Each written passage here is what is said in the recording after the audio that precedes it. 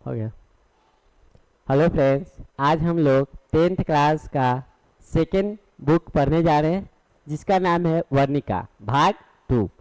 ठीक है, तो यहाँ से दही वाली मंगमा फर्स्ट चैप्टर है, यानी पहला चैप्टर है दही वाली मंगमा कहानी है, जिसका लेखक है श्रीनिवास। कौन लेखक है? श्रीनिवास।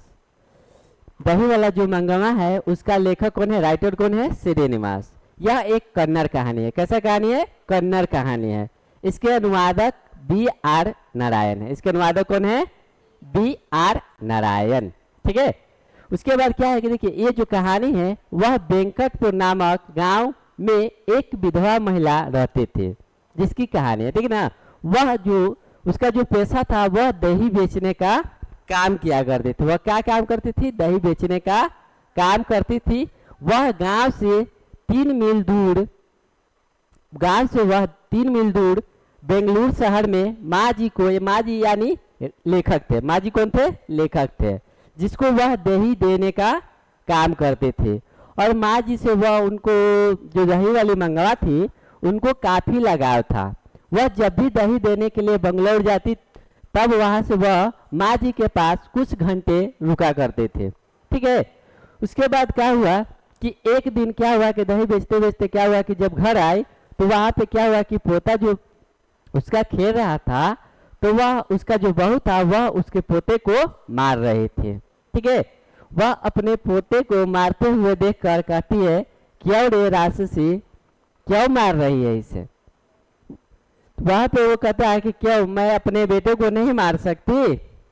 ठीक है, तो कहती है कि हाँ क्यों नहीं, लेकिन मेरे सामने नहीं। ठीक है, तो क्या कहता है कि मैं मारूंगी। तो कहता है कि आने दो मेरे बेटे को, यानी कि इसके पिता को, मैं उससे तुम्हारा कंप्लेन करूंगा कि यह बेटा को मारता है, तो वह तुमको पीटेगा। ठीक है, तो वह कहता है कि ठीक है, जो आपको करना है वो कीजिए। ठीक है, उसके बाद जब उसका बेटा आता है, यानी कि जो लड़का पिटाया उसका जो पिताजी आते हैं, तो उसकी जो माँ होती है वह कहती है कि तुम्हारा जो पत्नी है वह हमारे पोते को मारकर रुला रहा है, और मैं बोला तो वह मुझसे भी लड़ गई। तो कहती है कि वो माँ है तो अपने बच्चों को मार सकती है, मारने का तो अधिकार है। तो ये कहती है कि तुम भी उसी के साइड ले रहे हो। किसके साइड ले रहे हो? अपने, यानी कि अपनी पत्नी के साइड ले रहे हो। ठीक है, तो वहां से वह क्या कहता है, बेटा भी गुस्सा कर बोल देता है माँ से कि तुम अपना अलग खाना वाना बना लो, यानी अलग रहो। ठीक ना, उसके बाद माँ जो थी वह दोपहर से क्या करती है, चूल्हा अलग जोड़ देती है और वहां से वह अलगा हो जाते हैं, यानी अलग खाना बनाने लगती है। उसके बाद क्या होता है कि वह दही बेचती है, और पहले जो था ना कि दही बेच कर जो पैसा बचता था उससे बहू के लिए कपड़े और पोते के लिए मिठाई लाया करती थी। लेकिन जब से बहू से लड़ाई हुआ तब से वह घर के लिए कोई भी सामान लाना बंद कर दी। उसके बाद उसके पास पैसे बचने लगे। ठीक है, पैसे बचने लगे। उसके बाद क्या हुआ कि वह एक दिन माँ जी के पास जा रही थी। किसके पास जा रही थी? माँ जी के पास। ठीक है, श्रीनिवास जी के पास। तो वहां से क्या हुआ कि जब लेखक के पास जाती है तो वहां पे माँ जी जो थी वह मखमल का ब्लाउज पहना करती थी। ठीक है, उसको यानी मंगमा को काफी अच्छा लगता है, उसको बहुत पसंद पड़ता है वह मखमल का ब्लाउज।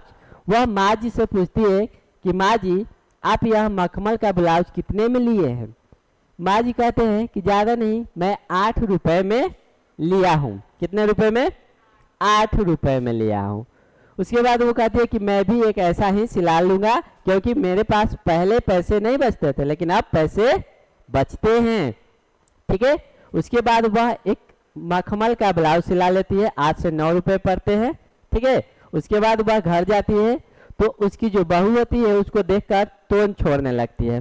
कहती है कि देखो बुढ़ारी में इसको जवानी चढ़ा हुआ है। ठीक है, तो वहां से वह बहू से मुंह नहीं लगाती है। ठीक है, और उसके बाद क्या होता है कि वह अपना दही बेचने का काम जो था वह जारी रखती है। ठीक है, दही बेचने का काम जारी रखती है। दही बेचने के लिए फिर जाती है बेंगलुरु शहर में। ठीक है, माँ जी के पास। तो वहाँ पे क्या होता है कि रास्ते में एक बदमाश रंगरप्पा नाम का एक आदमी था जो लंपट, गांव का लंपट जुगाड़ी था। ठीक है, वह मंगमा का रास्ता रोक लेता है और मंगमा के क्या करता है कि धन लूटना चाहता है। कहता है कि मंगमा मुझे कुछ कर्ज दो, मैं कुछ समय बाद तुम्हें लौटा दूंगा। ठीक है, लेकिन वह लौटाएगा थोड़े, लंपट था वो, लंपट है, जुगाड़ी है। ठीक है, वह चाहता था कि मंगमा का जो धन है वो हम लूट ले, और सास बहू से तो पट नहीं रहा है इसका। ठीक है, यानी कि बहू और बेटा से तो पट नहीं रहा है, इसका देखभाल कोई करने वाला है नहीं, हम छीन लेंगे। और साथ में क्या था कि वह मंगमा से विवाह भी करना चाहता है। ठीक है, लेकिन क्या हुआ कि जब इस बात का भनक बहू को लगा तो बहू सोचने लगी कि अरे ये तो लंपट जुगाड़ी जो है रंगरप्पा, यह मंगमा का धन न छीन ले। इसलिए वह कहा कि आज चालाकी से, वह बहुत तेज औरत थी। ठीक है, कौन थी? नंजमा, यानी मंगमा की बहू। वह अपने बेटे को भेज देती है किसके पास? किसके पास? पोता को भेज देती है नंजमा के पास, यानी नंजमा भेज देती है मंगमा के पास, और कहती है तुम भी दादी के साथ जाया करो। ठीक है, तो वो भी क्या होता है कि वहां से क्या होता है कि जो पोता जो था वह दादी के पास जाती है, तो दोनों में क्या होता है? समझौता हो जाता है, बहू और सास में समझौता हो जाता है। और बहू सास से कहती है कि माँ जी आप बुढ़ारी में काम क्यों कर रहे हैं, आज से दही बेचने का काम मैं करूँगा। ठीक है, और यहाँ पे सास और बहू में क्या होता है? सुलह हो जाता है, और सभी लोग आपस में मिलजुल कर रहने लगते हैं।